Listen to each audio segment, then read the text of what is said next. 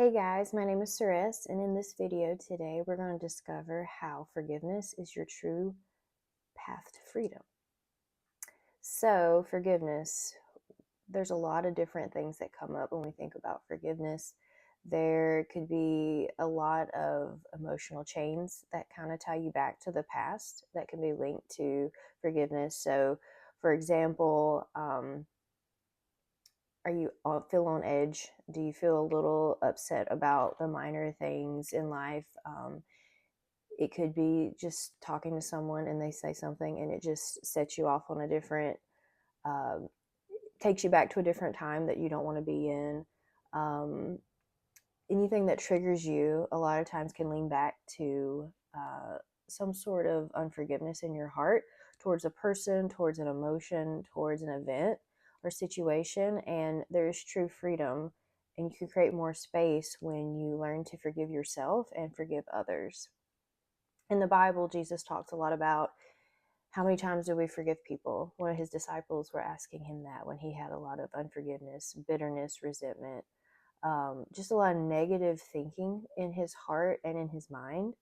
And I think forgiveness can be misunderstood as like you're letting people off the hook, but it's not. Forgiveness, at least in my estimation and my life experience, it's more about for you, letting yourself off the hook. So, and in that Bible verse, Jesus talked to him, was like, it's, you forgive people 70 times 7. And in my experience as a counselor, as a professor, as a female human being, forgiveness seems to be like a daily thing. And it's not like forgiveness is a one and done. Sometimes forgiveness is just being kind to yourself when you trip over something. It could be anything, in particular. I know for me, sometimes I have this overdeveloped sense of justice. And if I see someone not getting appreciation for who they are in general, I feel that as an empath. I feel like, no, we need to make sure people are seen or heard. But at the same time, it's not my weight to carry. Okay. I can only control so much. And I think that's where a lot of times we surrender. And when we surrender, we are accepting that bad things kind of happen. And sometimes we can't do anything with it. But there's a lot of tension with that because as humans, we feel like we do have some sense of justice if we take that on. But then what happens when you think you can correct a wrong? Sometimes you end up getting a little bit of that negative energy that they were in. Even if it wasn't what people were in, or if it wasn't like a relationship that didn't work out, it's very nuanced. There's a lot of different things for how people get into situations that have imbalance, injustice, where they are not free from their past self, we'll say.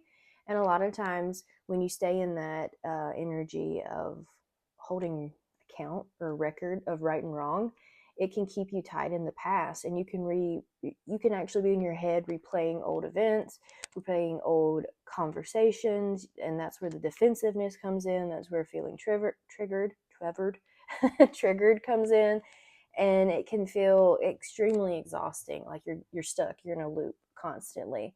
And when I have experienced a lot more forgiveness, I have so much more energy, so much more balance within myself, and I have more self-love. Because when you forgive, there's an energy exchange, and that you make more space for more abundance, more contentment, more peace. And a lot of times that's where the root cause of it is. We don't have peace. Like in the back over here, I can beat myself up for all the decluttering that I have not decluttered, but at the same time, it's there. I'm acknowledging it. I'm not trying to fix it. I'm just acknowledging it's there, and I'll get to it. So I've got to make more space for forgiveness, and me beating myself up is not going to help anybody. And, in order to let go of all that stuff, I also have to make room for new to come in. But I have to trust that new will come. Okay. And so that's also another element with forgiveness, is being able to listen to yourself and also allowing for positive to come in. Sometimes there's safety in bitterness and resentment because you think you won't get hurt again. The truth is, you're hurting yourself now, and you're not allowing that emotional freedom to come in to give you the peace and abundance, as they say, to help you. So, I did want to encourage you guys watching this. So, I have a few ways that I thought I would encourage you guys to work through some of, we'll say, bitterness, resentment, regret, even about past relationships, maybe past things that you don't have control over anymore.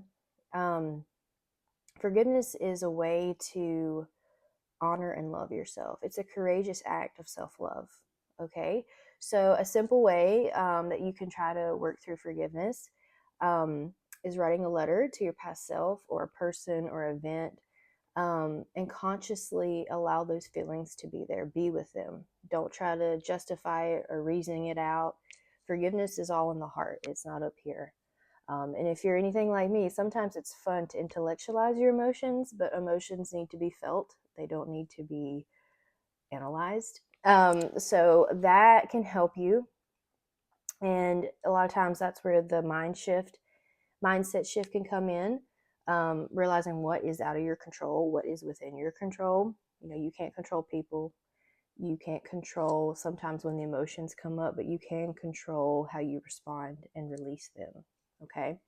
So maybe like an affirmation, I choose peace over resentment, or I forgive myself for not knowing, or I forgive others for not knowing, or I forgive others and myself for not having the capacity to understand what I now know. Okay. So in releasing that, you make room for the present and you call in better. Okay. This will help you rewire your brain and mind to not only practice forgiveness, but embrace it and embody it. And I pulled this card today about self love, and it is for the heart chakra. And you can only love others as much as you love yourself. So, a lot of times, forgiveness, I believe, is the foundation of not forgiving yourself and not listening to yourself. And so, maybe in order to be heard and appreciated and have peace, you need to listen to your heart. And then that's when these two can connect together. So, I know forgiveness is not easy. It's a daily, ongoing process, but it's definitely worth it to get peace. We all want peace, right? Um, so you are not alone in this journey. Forgiveness is an ongoing thing for me, and I struggle with it still. But I do know that I have a lot more energy and freedom whenever I do acknowledge the hurt, even though I can't fix it. I can't rescue myself. I can't rescue past self. I can't rescue people. We can only be there to listen and appreciate them and empower them to know that they do have the ability to have that emotional freedom and wholeness.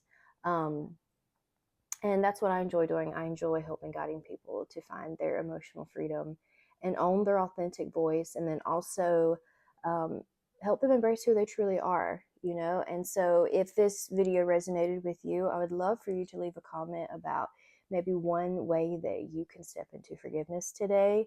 And then, you know, choose how you want to live your life in more alignment with where your heart is, and you'd be surprised how much these two coincide. But a lot of times, this is what keeps us disconnected from here.